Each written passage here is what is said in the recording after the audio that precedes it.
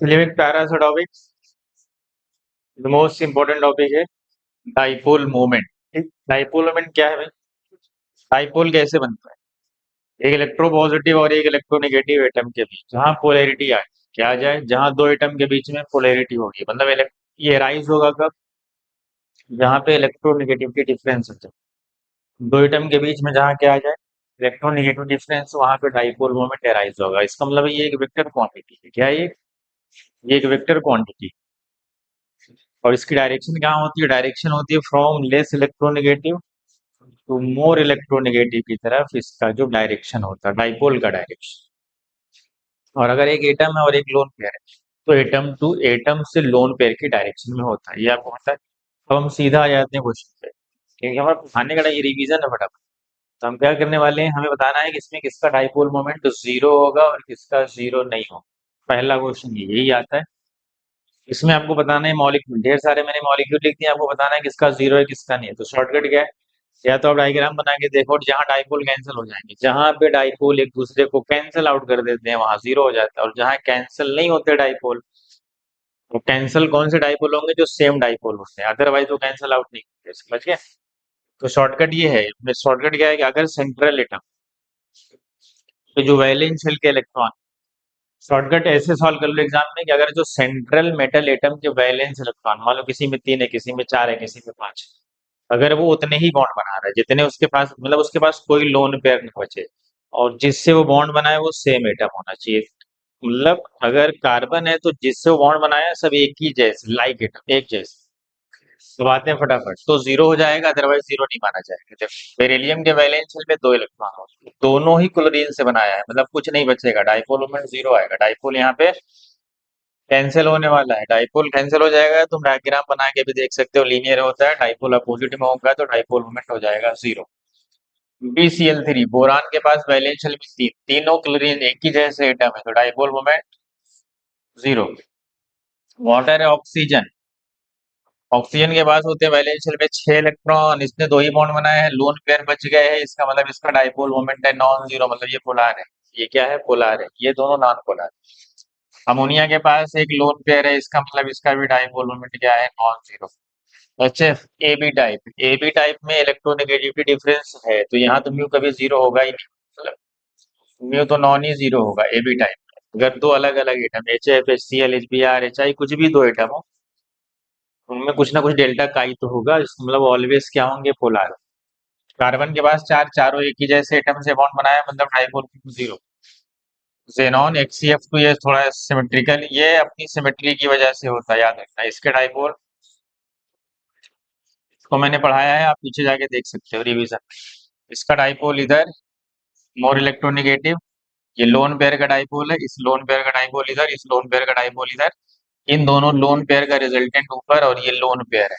तो lone pair को cancel कर रहा है, फ्लोरीन फ्लोरीन को कैंसिल कर रहा है, इसलिए इसका भी डाइपोल मोमेंट जीरो है। इसके पास लोन पेयर होते हुए डाइपोल मोमेंट जीरो है, क्योंकि सिमेट्रिकल स्ट्रक्चर है। लोन पेयर के डाइपोल भी कैंसिल हो रहे हैं और फ्लोरीन के भी कैंसिल हो रहे हैं, मतलब सेम वैसे एक CF4 का भी आता है। फ्लोरीन फ्लोरीन आमने सामने वाले कैंसिल, ऊपर नीचे लोन पेयर वाले भी कैंसिल, इसका भी म्यू क्या है? जीरो। ये दोनों नॉन पोलर है। HCF6 होता, HCF6 डिस्टोर्टेड ऑक्टाहेड्रल होता, उसका जीरो नहीं होगा क्योंकि बीच में लोन पेयर बचा हुआ है, वहां पे कैंसिल भी नहीं होगा। समझ गए? अगर आपको HCF6 दे दिया जाए तो इसका म्यू नॉन जीरो होगा, ठीक, क्योंकि ये डिस्टोर्टेड ऑक्टाहेड्रल का शेप होता है। चलो CH3Cl, कार्बन 4 ही बॉन्ड बनाया है, लेकिन ये क्लोरीन 3 हाइड्रोजन अलग अलग एटम से बनाया है, इसका डाइपोल कभी कैंसिल नहीं होगा, म्यू नॉन जीरो। कार्बन ने 4 ही बॉन्ड बनाए हैं, लेकिन अलग अलग एटम से बनाए हैं, तो नॉन जीरो, मतलब पोलर। सल्फर 4 बॉन्ड बनाया है, एक लोन पेयर बच गया, लोन पेयर बचने का मतलब नॉन जीरो, मतलब डाइपोल मोमेंट नॉन जीरो, मतलब पोलर। सल्फर के पास वैलेंस शेल में 6 होते हैं, सल्फर के पास 6 होते हैं, 6 ही बॉन्ड बनाया और एक ही जैसे एटम के साथ बनाया, इसका मतलब इसका म्यू जीरो है, मतलब ये नॉन पोलर। सल्फर के पास 6 इलेक्ट्रॉन होते हैं वैलेंस शेल में, और ऑक्सीजन से 2 डबल बॉन्ड बनने के मतलब 4 इलेक्ट्रॉन इन्वॉल्व होंगे बॉन्डिंग में, एक लोन पेयर बच जाएगा, इसका मतलब इसका भी म्यू नॉन जीरो, मतलब ये भी पोलर। सल्फर के पास 6 इलेक्ट्रॉन, 3 ऑक्सीजन, ऐसे बनेगा, ये शेप है ट्राइगोनल प्लेनार, सारे डाइपोल ऐसे हैं ऑक्सीजन की तरफ। 3 वेक्टर क्वांटिटी 120 डिग्री पे, रिजल्टेंट क्या होता है? जीरो होता है, पढ़े हो ना, तो इसका मतलब इसका भी म्यू क्या आएगा, जीरो, मतलब ये नॉन पोलर है। ClF3 कुलीन के वैलेंस में 7, तीन ही बॉन्ड बनाया है, दो लोन पेयर बच गए, इसका मतलब म्यू इसका नॉन जीरो, मतलब ये भी पोलर है। IF5 7 होते हैं, पांच ही बॉन्ड बनाया, एक लोन पेयर बच गया, मतलब म्यू नॉन जीरो, मतलब पोलर। ये दोनों याद रखना, XCF2 XCF4। चलो SnCl2 कार्बन फैमिली का है, दो बॉन्ड बनाए, एक लोन पेयर, इसका मतलब इसका भी म्यू नॉन जीरो होगा, मतलब ये पोलर। दोनों को एक ही जैसे एटम है, डेल्टा का आई जीरो, डेल्टा का आई जीरो का मतलब non polar. Mu mu equal to zero, mu equal to zero, mu equal to zero, मतलब नॉन पोलर, क्योंकि यहाँ पे जो डेल्टा काई है, इलेक्ट्रोनेगेटिविटी डिफरेंस, वो जीरो। HF था, वहां काई जीरो नहीं था, डेल्टा काई कुछ था। PCl3F2, ये भी इंपॉर्टेंट है, इसका म्यू होता है जीरो, मतलब ये नॉन पोलर, लेकिन ये वाला होता है म्यू नॉन जीरो। अगर तुमसे कहा जाए PCl5, फास्फोरस के पांच वैलेंस शेल में पांच पांच ही बॉन्ड बनाया है, इसका मतलब इसका म्यू जीरो, नॉन पोलर है। ये जीरो, ये नॉन जीरो, ऐसा क्यों हुआ? इसकी ज्योमेट्री कैसी होती है? Trigonal bi pyramidal. Bent rule क्या कहता है भाई? एक्सियल पोजीशन में किसको रखा जाएगा? जो मोर इलेक्ट्रोनेगेटिव, वो कहाँ रखा जाता है? एक्सियल में। दो फ्लोरीन तो Cl इधर, Cl इधर, Cl इधर, तो इनका डाइपोल कहाँ जाएगा? नीचे। इसका डाइपोल कहाँ जाएगा? ऊपर। कैंसिल हो गया। इसका डाइपोल इधर, क्लोरीन ज्यादा इलेक्ट्रोनेगेटिव इधर इधर, और इनका रिजल्टेंट कहीं इधर। ये डाइपोल क्लोरीन का, ये भी क्लोरीन का, कैंसिल आउट हो गया, इसलिए इसका जीरो हो गया। जैसे ही तुम ये लाओगे, ये तुम्हारे पास तीन फ्लोरीन आ गए, जैसे ही तीन फ्लोरीन आएगा, तीन फ्लोरीन आएगा, इसको एक हटा दो, यहाँ फ्लोरीन रख दो। समझ रहे हो? जैसे ही फ्लोरीन आया, ये तो कैंसिल हो गया, लेकिन ये डाइपोल क्लोरीन के है, ये फ्लोरीन का है, कैसे कैंसिल होगा? दो डिफरेंट डाइपोल है, फ्लोरीन का डाइपोल है और ये क्लोरीन का।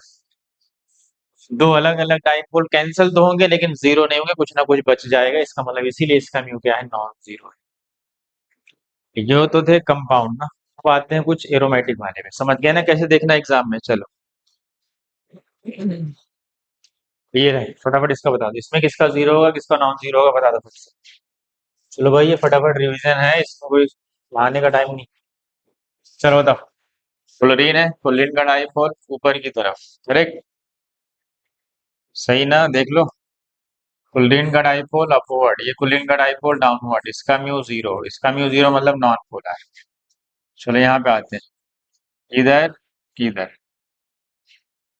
ये तो कैंसिल हो गए, लेकिन ये वाला डाइपोल बच जाएगा, इसका मतलब इसका म्यू है नॉन जीरो। ठीक। कभी कभी इसका डाइपोल देके इसका पूछ लेगा, कुछ ना कुछ करेगा, ठीक है, तो ध्यान देना। तो ये आमने सामने है, तो कैंसिल हो जाएंगे, लेकिन ये डाइपोल कितने डिग्री पे है? 120 पे। ये वाले कैंसिल होंगे, लेकिन ये वाले कैंसिल नहीं होंगे, करेक्ट? इसका मतलब इसका भी म्यू क्या है? Non zero. चलो इस पे आते हैं, ये कुलीन सामने है, ये कुलीन सामने, कैंसिल, ये सामने है, ये डाइपोल आमने, ये इसको कैंसिल कर रहा है, ये इसको कैंसिल कर रहा है, इसका मतलब इसका म्यू जीरो, मतलब नॉन पोल। चलो अब आते हैं इस पे, OH हो, या SH भी हो सकता है यहाँ पे, या हो सकता है OCH3। इनका डाइपोल मोमेंट क्या होता है? इनका डाइपोल मोमेंट नॉन जीरो होता है, क्यों? ये होता है क्या है? इसको ये कॉन्टिन्यूअसली घूमते रहते हैं। कौन? ये जो OH बॉन्ड है, ये इंस्टेंटेनियस डाइपोल बनाते हैं। क्या बनाते हैं भाई? मतलब ये रोटामर्स, इसको रोटामर्स ही बोल सकते हैं, इसको हम रोटामर्स ही बोलते हैं, क्योंकि ये रोटेट करते हैं। ये क्या होते रहते हैं? घूमते रहते हैं, मतलब इस डाइपोल डायरेक्शन बदलते रहते हैं, तो ये कैंसिल नहीं हो पाते। इसीलिए यहाँ पे क्या होता है? डाइपोल मोमेंट नॉन जीरो आता है। ये तीन केस है, OH भी हो सकता है, SH भी हो सकता है, या OR भी हो सकता है। OR का मतलब OCH3, OC2H5 कुछ भी हो सकता है। चलो इधर आते हैं, मिथाइल डाइपोल की डायरेक्शन नीचे जाएगी, क्यों? क्योंकि sp3 है, sp2 ज्यादा इलेक्ट्रोनेगेटिव, इसकी भी ऊपर ही जाएगी। ये नीचे जो ऊपर क्या करेंगे? एक दूसरे को कैंसिल आउट कर देंगे। ये CN है, CN कैसा होता है भाई? लीनियर शेप का होता है, शायद ऐसे बना सकते हो, ये C है, ये N, यही ना? ये C है आपका, और ये N। देखो, ज्यादा इलेक्ट डाइपोल कहाँ जा रहा है? ऊपर। इसका डाइपोल कहाँ जाएगा? नीचे। तो क्या करेंगे? ये एक दूसरे को कैंसिल आउट कर देंगे, तो इसका भी डाइपोल मोमेंट क्या है? जीरो। ठीक। अगर यहाँ पे जो एटम लगा या डबल बॉन्ड या शॉर्टकट बता देता हूँ, अगर यहाँ पे जो एटम लगा है वो ये कार्बन नहीं, ये वाला जो जस्ट बेंजीन से लगा वाला एटम है, अगर उसके बगल में कोई डबल या ट्रिपल बॉन्ड है तो जीरो ही आएगा। क्या आएगा?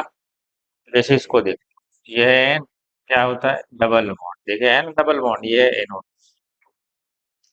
इसका डाइपोल इस तरफ, इसका डाइपोल इस तरफ, रिजल्टेंट ऊपर कहीं जाए, वैसे इसका भी नेट नीचे आएगा कहीं, तो रिजल्टेंट क्या हो जाएगा, जीरो।